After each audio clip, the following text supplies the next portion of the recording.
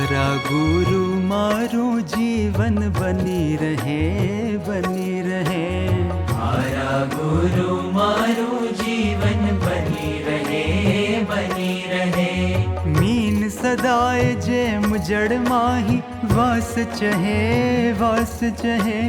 Mean સદાય જેમ જળમાહી વાસ ચહે, વાસ ચહે. મારા ગુરુ મારું જીવન બની રહે, બની રહે. મારા ગુરુ મારું જીવન બની રહે, બની રહે.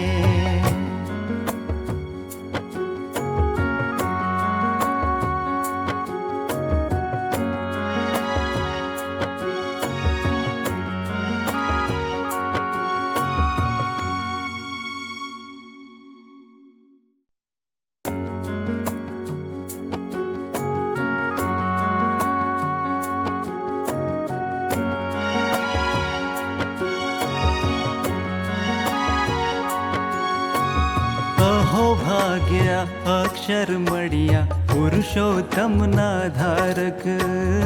અહો ભાગ્યા અક્ષર મળ્યા પુરુષોત્તમના ધારક. ચરિત્ર કીધા કલિમલ હારક ભક્તોને સુખકારક. ચરિત્ર કીધા કલિમલ હારક ભક્તોને સુખકારક. ભક્તોને સુખકારક. ગુરુ ચરિત્ર ગંગામાં મનડો નિત્ય વહે, નિત્ય વહે. ગુરુ ચરિત્ર ગંગામાં મનડું નિત્ય વહે, નિત્ય વહે. નોબલ પ્રાઇઝ તમને અપાવો છે. તો મને નોબલ પ્રાઇઝ મળી ગયા. ભગવાન શ્રી શાસ્ત્રીમાં યોગીમાં બે મળ્યા મને. પછી મેં કહું મારે બીજા કોણ જોવે છે, નકામી માથાકૂટનો પાર નહીં. આપણે શાસ્ત્રીમાં જોગીમાના આશીર્વાદ મળી ગયા, આવી સેવા મળી ગઈ, આવા ભગવાન, આવા સંતો, હરિભક્તો બધા મળી ગયા. એથી મોટો શું લાભ છે આ દુનિયાનો?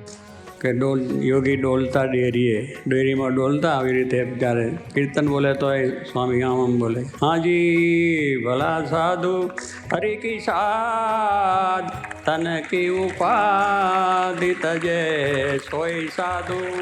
આ એમનું સ્પેશિયલ કીર્તન હતું, પોતાનું જ હતું ને પોતે કહેતા મારા અંગનું છે. બધા જે એમાં ગુણ લખ્યા છે એ સ્વામીજીમાં હતા. અને એ એમની બોલે ત્યારે આપણું અંતસ્કરણ ઠંડુ થઈ જાય, સંકલ્પો માત્ર બંધ થઈ જાય અને એમની ડોલતી મૂર્તિ હૃદયમાં જડાઈ જાય. કે જ અત્યારે ડોલે છે. અમે દૂર હતા, પારી પર બેઠેલા, તલાવની પારી ઉપર. અને યોગી બાપાએ બોલાયા. સાંઈ બાપા કે ભૂલચૂક માફ કરજો, ભૂલચૂક માફ કરજો, અમે જઈએ છીએ. અને તે વખતે મને આટલો બધા નિર્માની કહેવા કોઈ દિવસ આપણે ધાર્યો નહોતો. અને એટલું બધું લાગ્યું કે પછી સાંઈ બાપા ગયા અને હું ઘરે ગયો ડાયરેક્ટ, મિત્રો છોડી મૂકીને. અને એ વિચારમાં ત્યાં ગયા અને ચીકા ઉપર બેસેલા. આ જ વાત બધી ખૂબ મનન થયું. શાસ્ત્રીમાના દર્શને અગ્નિ સંસ્કાર થયા પછી બધું ટાળું પડી ગયું હતું. અને તે વખતે પહોંચ્યો એટલે સવારના 4 વાગે. બીજે દિવસે પ્રમુખ સાહેબના દર્શન થયા. અને તે વખતે સ્વામી એટલી મૂર્તિ હજુ મને યાદ આવે છે. એટલા ચપળ, એટલા આમ, અને કારા ભમર જેવા વાર હતા, એકદમ કારા, અને શુક્લકડી હતા. પણ ત્યાં સ્વામી આમ કંઈ દિવ્યતા લાગતી હતી, આમ કંઈ જુદો અનુભવ થતો હતો. એ મૂર્તિ હજુ યાદ આવે છે.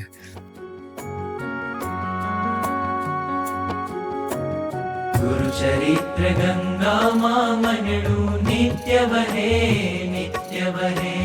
ગુરુ ચરિત્ર ગંગામાં મનડો નિત્ય વહે, નિત્ય વહે. મારા ગુરુ મારું જીવન બની રહે, બની રહે. મારા ગુરુ મારું જીવન બની રહે, બની રહે.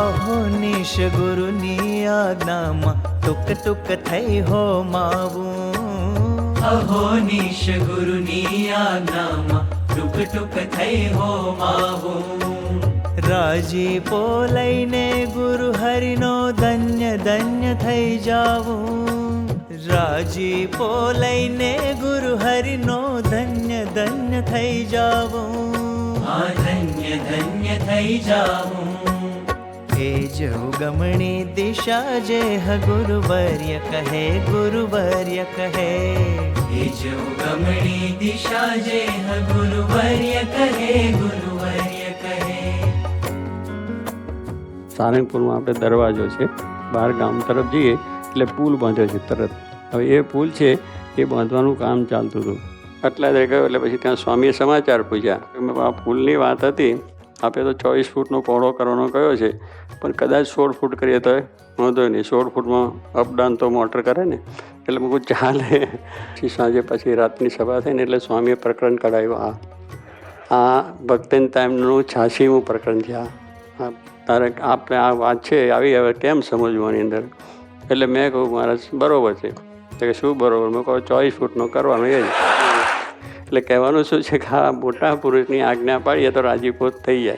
હવે અમૃત સમય ક્યાં કરવો એના માટે મિટિંગ થઈ. ટેકડીએ વરસાદ ખેંચાયેલો હતો એટલે પાણીની બહુ ખેંચ હતી. અહીં છગનભાઈ બધા હતા કે ભાઈ આ પાણીની સગવડ નથી એટલે આપણે અહીંયા સમય કરતાં બીજે ક્યાંક સગવડ થાય અને અનુકૂળ થાય ત્યાં કરીએ. સ્વામીને પછી કહ્યું ભાઈ તમારી શું ઈચ્છા છે? તો સ્વામી કહે પ્રમુખ સ્વામીને પૂછો. આપણે સમજી લીધું છે કે સ્વામીની ઈચ્છા ગોંડલમાં જ કરવી છે. એટલે પછી મેં કહ્યું ભાઈ આપણે ગમે તેમ થાય પણ સમયો આપણે અહીંયા ગોંડલમાં જ કરવો છે. પછી એ કરતાં કરતાં બધી જે બોલે કે હવે ગોંડલ કરવું. જો કે બાપા બહુ રાજી થયા અને મને બોલાવીને વાત કરી કે તમે બહુ સારું કામ કર્યું. અને ત્યાં પાછો નીચે નમાઈને 2 ધબ્બા થકાવી દીધા. અને આ તમે કામ કર્યું એટલે મહારાજ સ્વામી શાસ્ત્રી મહારાજ રાજી થઈ ગયા અને ડેરીનો રાજીપો થઈ ગયો તમારા ઉપર. યોગી આપા એ આજ્ઞા કરી એટલે એમાં રાજીપો અને આ બે સામે નજર રહેતી. બીજા બધાને પ્રોબ્લેમ થાય, મને થયો જ નથી. બાપાને આજ્ઞા એટલે શિરોમાન્ય. બસ આ 2 વસ્તુ ધ્યાનમાં રાખીને 5 ઉપવાસ થઈ ગયા. અને 6 દિવસ બાપા સામેથી આ બધું પારણા કર્યા. એ જો ગમણી દિશા જે ગુરુવર્ય કહે ગુરુવર્ય કહે એ જ ઉગમણી દિશા જે ગુરુવર્ય કહે ગુરુવર્ય કહે મારા ગુરુ મારું જીવન બની રહે બની રહે મારા ગુરુ મારું જીવન બની રહે બની રહે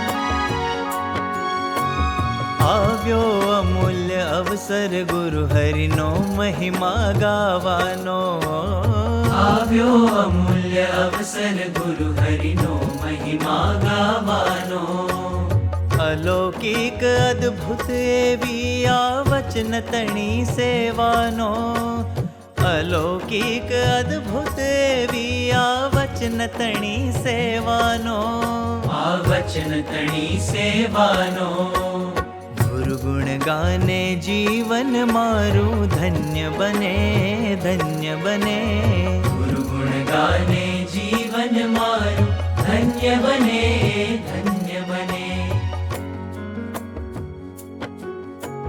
જે ગુરુ શાસ્ત્રીજી મહારાજ, ગુરુ યોગીજી મહારાજ કે જેમના આશીર્વાદ પ્રાપ્ત થયા, એમને મને એમને સ્વીકાર્યો અને આ સેવા કરવાની તક આપી તો એમને પણ લાખો વંદન. જો એમની કૃપા ન હોત તો હું આ સ્થળ ઉપર ને અત્યારે આપની સમક્ષ આપ સર્વના જે દર્શન કરી રહ્યો છે એ ન થયા હોત. અમારા ગુરુ યોગીજી મહારાજ પણ કહેતા કે મારું એ સારું નહીં પણ સારું એ મારું. બીજી એમની એક બીજી ભાવના પણ એ ગુરુની હતી કે ભગવાન સર્વનું ભલું કરો. એમાં કોઈ નાત જાત ભેદ નહીં, દરેક ધર્મના કોઈ પણ મનુષ્યનું સારું થાય ભલું થાય એ હંમેશા ઈચ્છતા અને એ રીતે પોતે એમના વર્તનમાં પણ અમને જોવા મળ્યું છે. પ્રમુખ સાહેબ મહારાજની જે તો અવશ્ય બોલવી, કોઈ ગુરુ પરંપરા ના આવે પછી પ્રમુખ સાહેબ અને પછી બીજું બધું જે વાત કરવી, પણ પ્રમુખ સાહેબ મહારાજની જે તો આપણે આવી જ જોઈએ.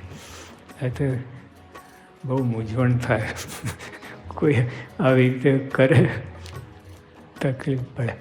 આપણે કહીએ છીએ કે ગુરુને આગળ ઉતર્યા, ગુરુને આગળ, ગુરુ તો આગળ જ છે જ. આપણે માનીએ કે ના માનીએ આગળ જ છે અને બધું પ્રમુખ સ્વામીને અર્પણ.